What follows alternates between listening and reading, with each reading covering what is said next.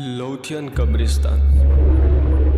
कई लोग दिल्ली के इस भूतों के बसेरे लोथियन कब्रिस्तान के बारे में जानते ही होंगे।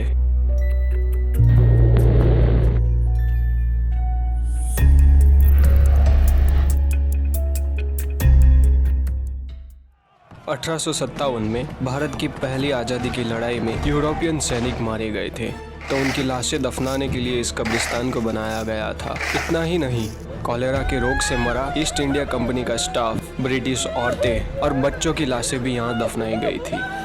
और आज वर्तमान में कई लोगों को लोथियन कब्रिस्तान के आसपास डरावने अनुभव हुए हैं। एक बार की बात है, अशोक लोथियन कब्रिस्तान के रास्ते से होता हुआ मेन रोड की तरफ जा रहा था, क्योंकि वो कश्मीर से मुंबई तक के अकेले सफर पर निकला था।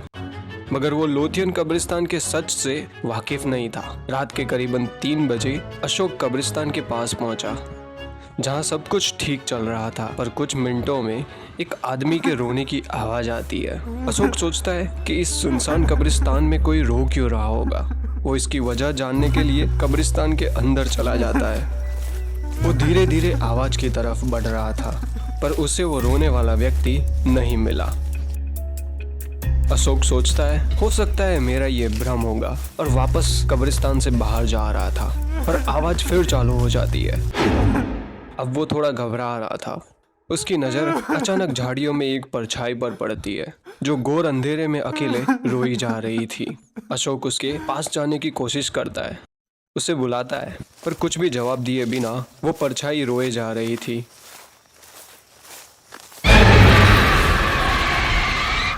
वो एक आधी सड़ी हुई लाश थी, जिसने रोते रोते एक और इशारा किया। उसे देखकर अशोक की तो रूह कांप गई थी।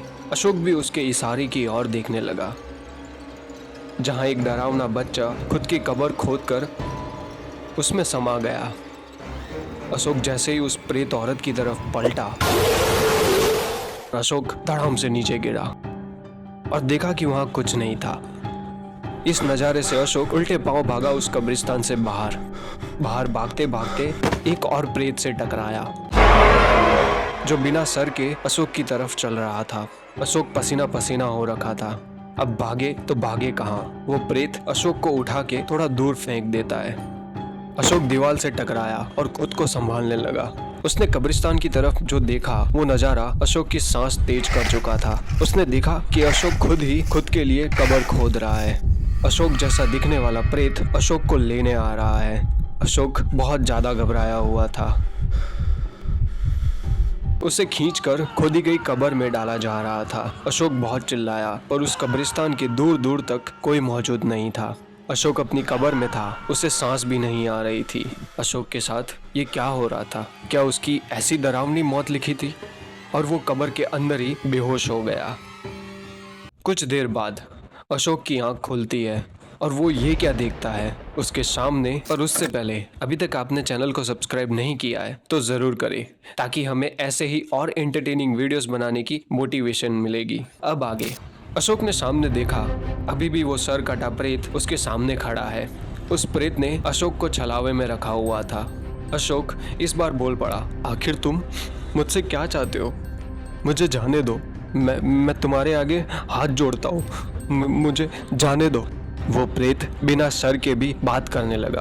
तू मेरा गुलाम है, तू मेरे साथ ही ऐसे डर डर के रहेगा। मैं तुझे ऐसे ही अपने पास रखूंगा। अब ये क्या? अशोक तो अब और भी बुरी तरीके से फंस गया। अशोक रोने लगा, गिड़गिड़ाने लगा, पर वो सर कटा प्रेत उसे ऐसे ही देखे जा रहा था, तड़पते हुए।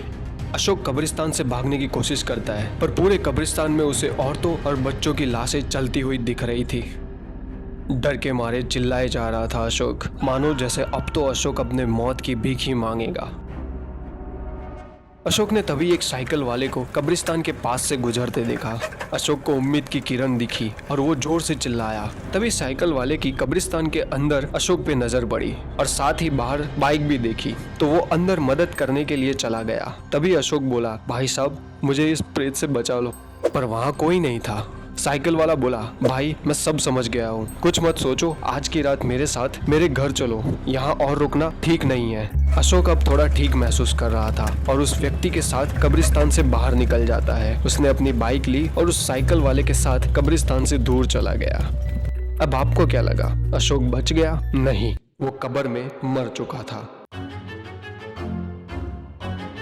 पर अब इस साइकिल वाले के साथ जो होने वाला है वो मैं आपको बोल कर भी नहीं समझा पाऊंगा। अरे भाई, वैसे तुम कब्रिस्तान के अंदर लेने क्या गए थे? बस तेरे जैसे का ही इंतजार कर रहा था। कहानी सूत्र की ये कहानी कैसी लगी कमेंट करके जरूर बताना और इस वीडियो को लाइक करके हमें अपना सपोर्ट दिखाएं और अपने हॉरर लवर फ्रेंड्स के साथ इस वीडियो को जरूर शेयर करें। अब मिलते हैं किसी नए किस्से के साथ।